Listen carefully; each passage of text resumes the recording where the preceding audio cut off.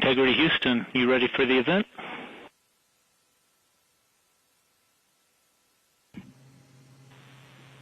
Houston Integrity, we are ready for the event. ABC News, this is Mission Control Houston. Please call Integrity for a voice check.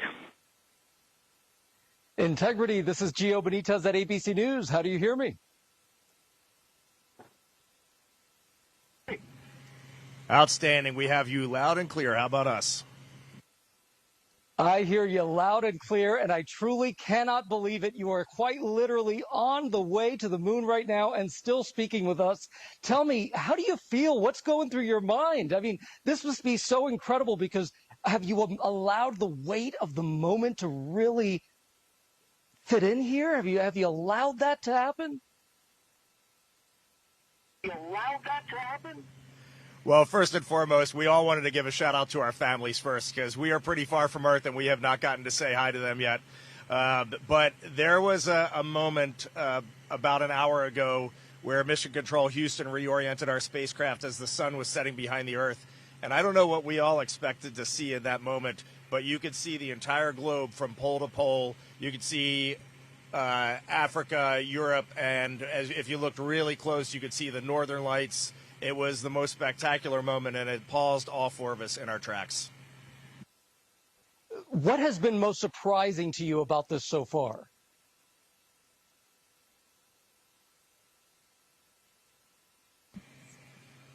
Well, I think probably one of the things that surprised all of us is when those solid rocket boosters actually lit and we left the pad. It was just a moment of disbelief, and yeah, the fact that we launched, it just totally takes you by surprise, even though you're expecting it, at least for me anyway. And I just had a huge smile across my face. Did it feel different? Because I can imagine that's such a powerful rocket that must have felt different for you.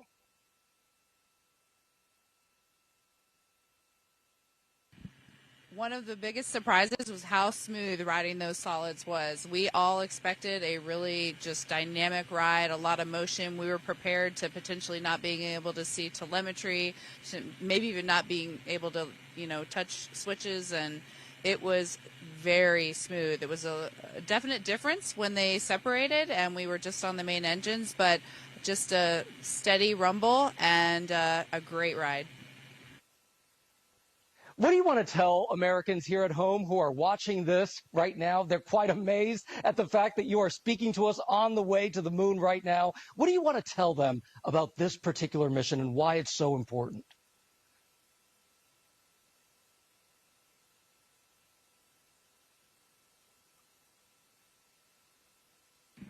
First and foremost, I would just like to say thank you.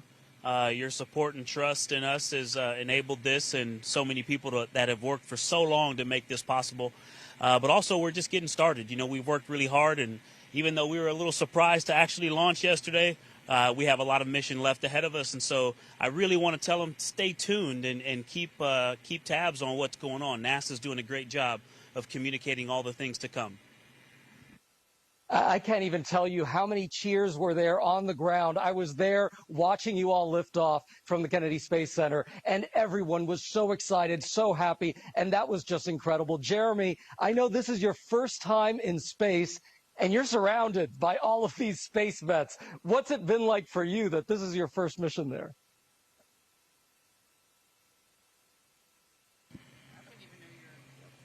There has been a tremendous amount of disbelief for me. It's just so extraordinary. I just kept saying to them yesterday, I really like it up here. I wish I could have got here sooner. It's just such a tremendous place to be. The views are extraordinary. It's really fun to be floating around, and it just makes me feel like a little kid. I heard that there was a little bit of an issue with the toilet. Which one of you was the plumber?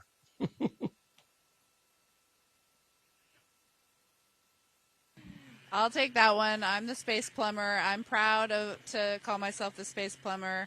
I like to say that it is probably the most important piece of equipment on board. So we were all breathing a sigh of relief when it turned out to be just fine. It was just an issue, I think, of sitting for a long time and needing a little time to warm up, a priming issue. But we did originally think that there could have been potentially something fouling up the motor, and luckily we are all systems go. Oh, well, I'm sure I could see the faces right there. Y'all are very happy about that. I see that you're very cozy in there. It's tight quarters, but it was also a little chilly, I heard.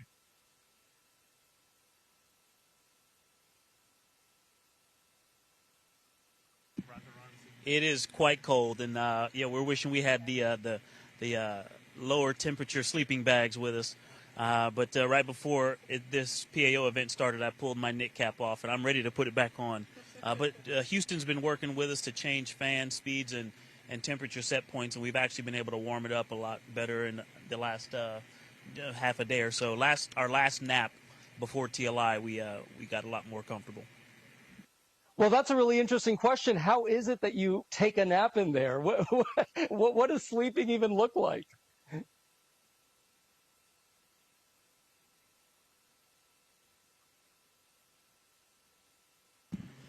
Well, let's see. So we've been off the planet for, about 30 hours now, and we've had 2 very short naps. We actually just gathered for our first meal together in space. That is how busy we have been the last day and a half. It has been really an amazing beginning flight plan. But sleeping here is it's actually sort of comical.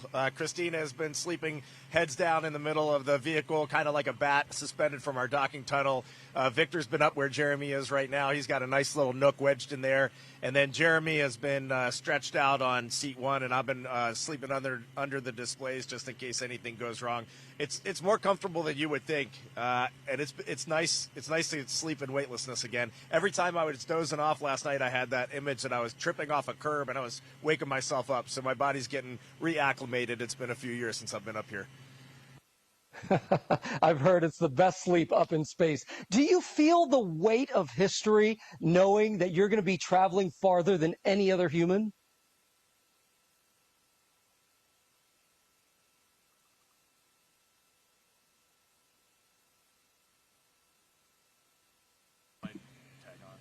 You know, it's a remarkable thing. It's you would think it would be weighty, but we just feel like we're lifted up by the team that supports us, and you just sort of execute the plan. A lot of people telling us how to work this and manage this vehicle, and a lot of great training, and you just kind of go step by step, which I think is pretty remarkable what this team can do, and it really highlights their excellence. And I think I just want to add, we just got done our translunar injection burn, and it was pretty tense moments there. For a second, and when we got done that burn, we just kind of looked at each other as a crew. We have been to the moon before in 1968 through 1972. It's been a long time since we've been back, and I got to tell you, there is nothing normal about this. Sending 4 humans 250,000 miles away is a Herculean effort, and we are now just realizing the gravity of that. Yeah, nothing normal about this. What are you most excited about once you get to the moon?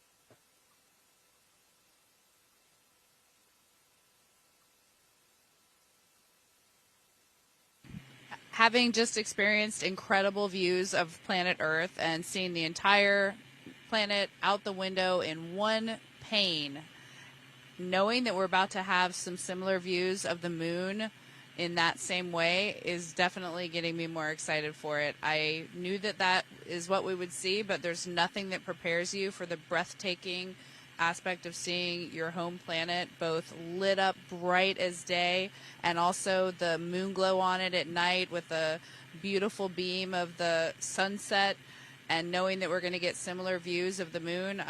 I'm really excited for that. And then of course heading home.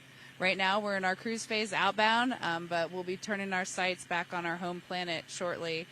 Shorter probably, it's going to fly by, but we're just excited for both of those milestones. As you all know, there is so much division at home right now. What is it that you're feeling, and what message do you want to send to the American people about what you're seeing out that window?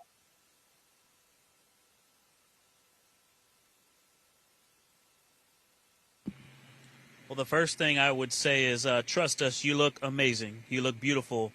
And from up here, you also look like one thing. You know, Homo sapiens is all of us, no matter where you're from or you know, what you look like. We're all one people. And so, you know, this mission, one of the things that's amazing about being around and just being in an astronaut, you know, serving our countries at this time, is that we get to give ourselves a mission that we can hold on to say, hey, look at what we did for the rest of our lives. You know, we call amazing things that humans do moonshots for a reason, because this brought us together and showed us what we can do when we put, not just putting our differences aside, when we bring our differences together and use all the strengths to accomplish something great. And so this mission will give us one of those that we all can remember and hold on to for the rest of our days. And I hope people will tune in and give us a chance. Integrity, what an honor to speak with you. Thank you so much.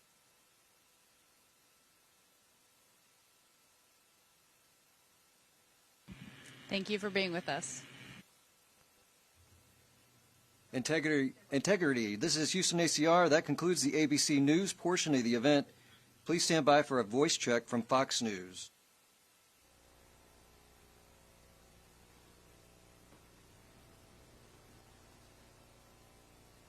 910 ready.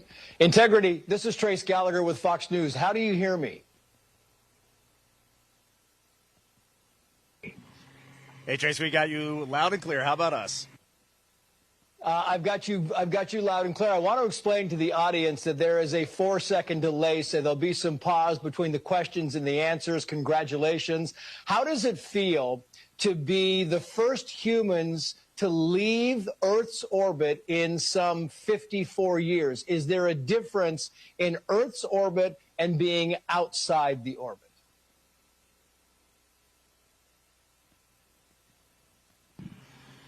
Well, we are still technically in Earth's orbit, although we did just do our translunar injection burn, and so we are definitely 100% on our way to the moon.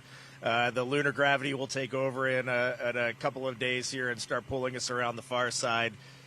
At the end of our translunar injection here about an hour and a half ago, we just really looked at each other, and I know the United States has done this 1968 through 1972, but this is unbelievable that we can put our minds to something and pull it off. This is an unbelievable technical accomplishment.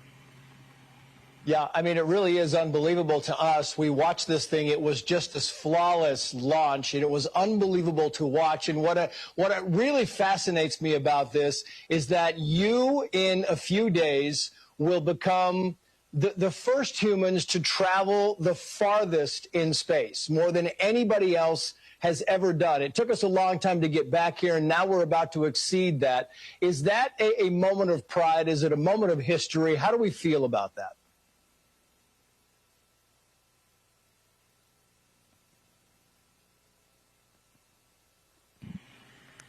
It's great you brought that up. We were aware that we would pass that milestone if we happened to launch on this date. There were other days where we wouldn't have necessarily. So we are not necessarily a crew that lives on superlatives, but it is a milestone that's important. It's important that people can understand and wrap their heads around what is the latest in what we're doing. What does this mean relative to what we've done in the past? What are we going to be pushing for into the future? We think that the journey that we've been on and all of our teams have been on with us is so much more than just one number. But we also hope that that number just keeps being exceeded and exceeded by the future crews. That's why we're here, to build a legacy for the future. You know, it's interesting because yesterday, I mean, this thing went off almost perfectly, right? It was on time. Was that surprising? Because, you know, you look back just in recent history and missions tend to be delayed, sometimes hours, sometimes days. This thing went pretty much according to what everybody was hoping it would do. Was that somewhat surprising when they said we are a go for launch?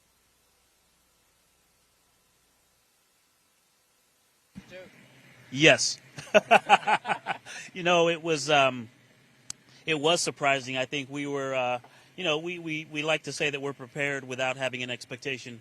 But, you know, in the back of your mind, you kind of hope you launch. And then when we got really close, it was like, wait, we're getting ready to go to space. And when those solids lit, you know, it was a ride where you're trying to be professional, but the kid inside of you wants to break out and just hoot and holler.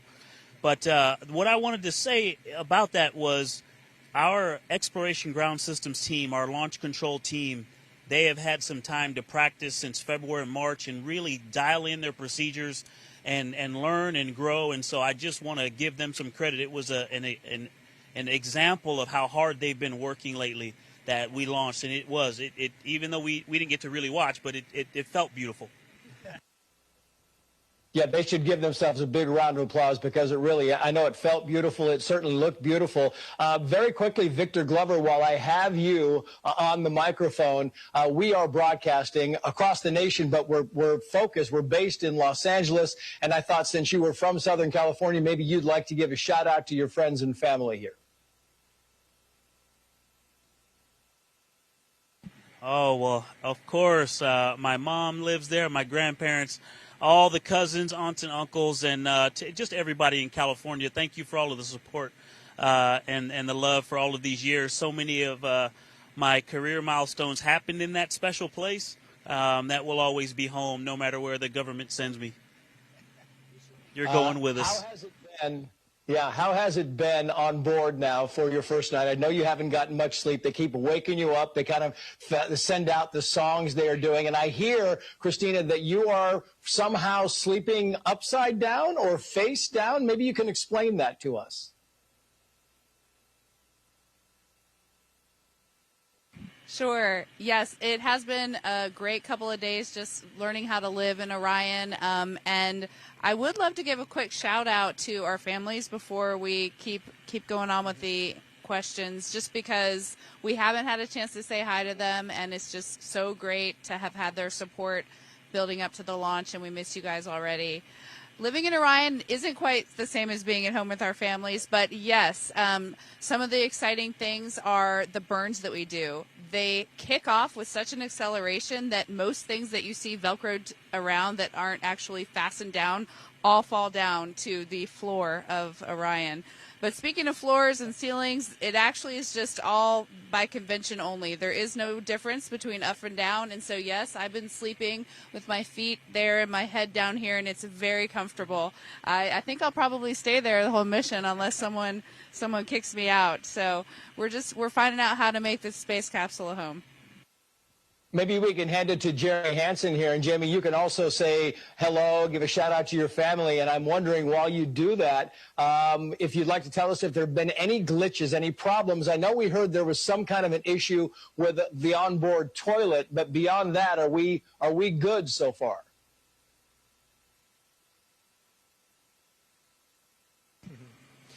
Yeah, great to have a chance just to say thanks to my family and missing them, and for the support from Canadians back home.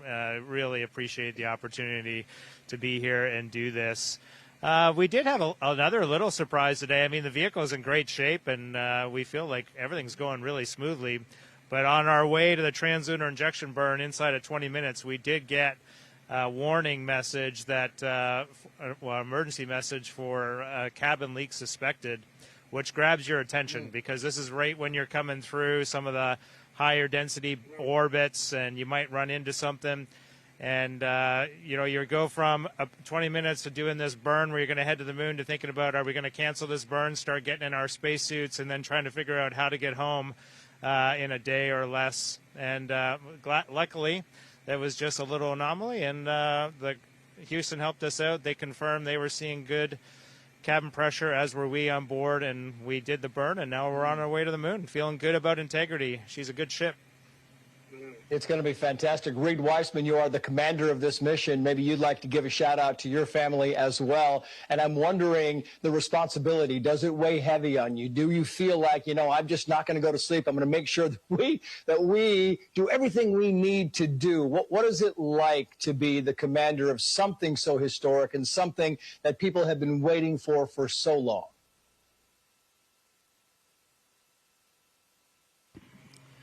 Well, to answer that, I'm learning from my crewmates here. I'm flying in space with two of the most skilled astronauts that we have, most accomplished astronauts. And Jeremy, on his first day in orbit yesterday, was just getting the job done 100%. So my job here is pretty easy. Definitely sometimes you get a little bit nervous. There's a couple things that caught our attention so far, but it's going great. And my job is very easy. I am definitely getting pulled along by my crewmates.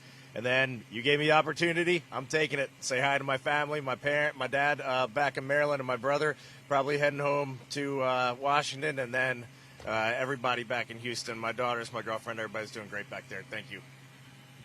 I guess really, lastly, what we really need to know is, are you happy so far with the food? Are you happy so far with the wake-up songs and the music? Any kind of request that we can make on your behalf while we get a chance to talk to Mission Control a little bit later? We get a chance to talk to Mission Control a little bit later. We just had our first meal together. That's how busy it's been. And this morning, our lead public affairs, Courtney Beasley, we heard her voice come on the radio first, and she introduced the songs and some amazing messages from the teams across this international program that has put this vehicle together. And we all agreed we would wake up slow and get into the day easy and quiet. And this morning, we all got up cheering and rocking and getting everything ready to go. It was the perfect way to start our day. Yeah, well, you are making history. Reid Wiseman, Christina Koch, Jeremy Hansen, Victor Glover. Congratulations to all of you. America, the world is with you. We are watching every moment of this journey, and we will cheer you when you get back and along the way. Thank you for joining us. Best of luck to you, and safe travels.